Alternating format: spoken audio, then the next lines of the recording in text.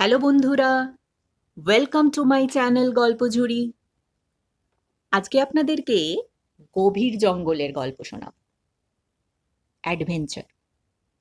এই অ্যাডভেঞ্চার অনেকেরই খুব প্রিয় বিষয়বস্তু। কেউ অজানা পাহাড়ের রাস্তা বা অজানা জঙ্গল, এই সমস্ত বিভিন্ন জায়গায় ঘুরে বিভিন্ন অ্যাডভেঞ্চার করতে পছন্দ করে। আমাদের আজকের গল্পটি সেরকম। আজকে আমরা প্রথম পর্বটি শুনব। তাহলে চলুন দেরি না করে শুরু করি আজকের গল্পটি।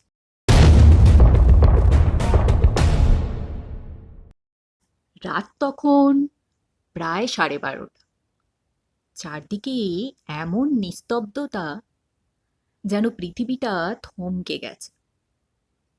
শুধু দূরে কোথাও ঝিঝি পোকার ডাক আর মাঝে মাঝে বাতাসে পাতার খসখস শব্দ। রাহুল আর তার বন্ধু সৌরভ দুজনেই অ্যাডভেঞ্চারের নেশায় মত্ত। তারা সিদ্ধান্ত নিয়েছিল গ্রামের পাশের সেই অভিশপ্ত জঙ্গলে রাত কাটাবে। গ্রামবাসীরা অনেকবার নিষেধ করেছিল, ওই জঙ্গলে গেলে কেউ ফেরে না, কিন্তু কে শোনে কার কথা। জঙ্গলের ভেতরে ঢুকতেই মোবাইলের নেটওয়ার্ক হারিয়ে গেল। এই জঙ্গলটা এত গভীর যে চাঁদের আলো গাছের ঘন পাতার আড়ালে ঢুকে পড়তে পারছে না। হঠাৎ টপ টপ টপ শব্দ শুনে মনে হলো শব্দটা যেন কোনো পায়ের। সৌরভ ফিস ফিস করে বলল, শুনলি? এদিকে রাহুলের গলাতেও তখন স্পষ্ট ভয়, কিন্তু সে সাহস করে বলল, হয়তো কোনো জন্তু। তারা টর্চ জ্বালাল। আলো পড়তেই সামনে দেখা গেল একটা পুরনো ভাঙা কুঁড়ে ঘর।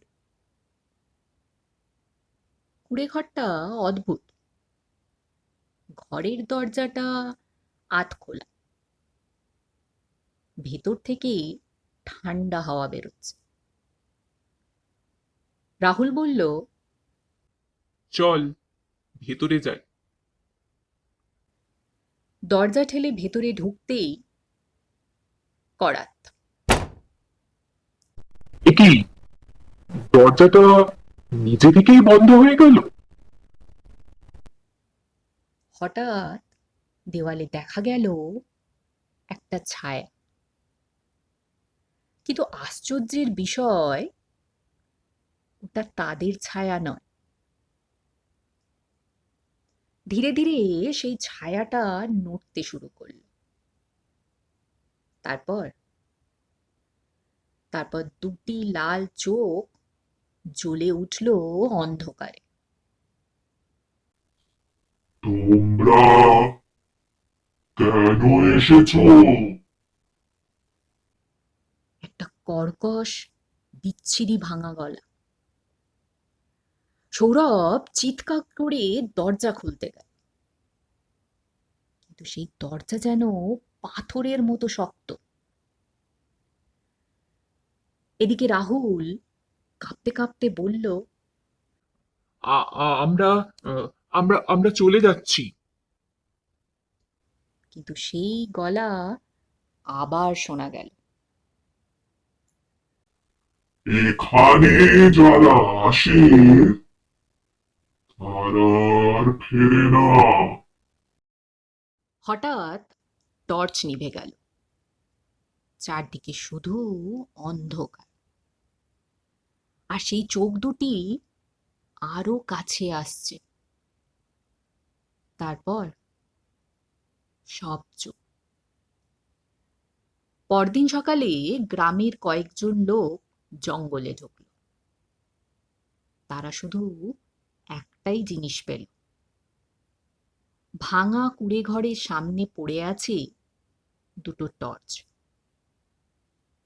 আর মাটিতে আঁচড়ানো একটা শব্দ।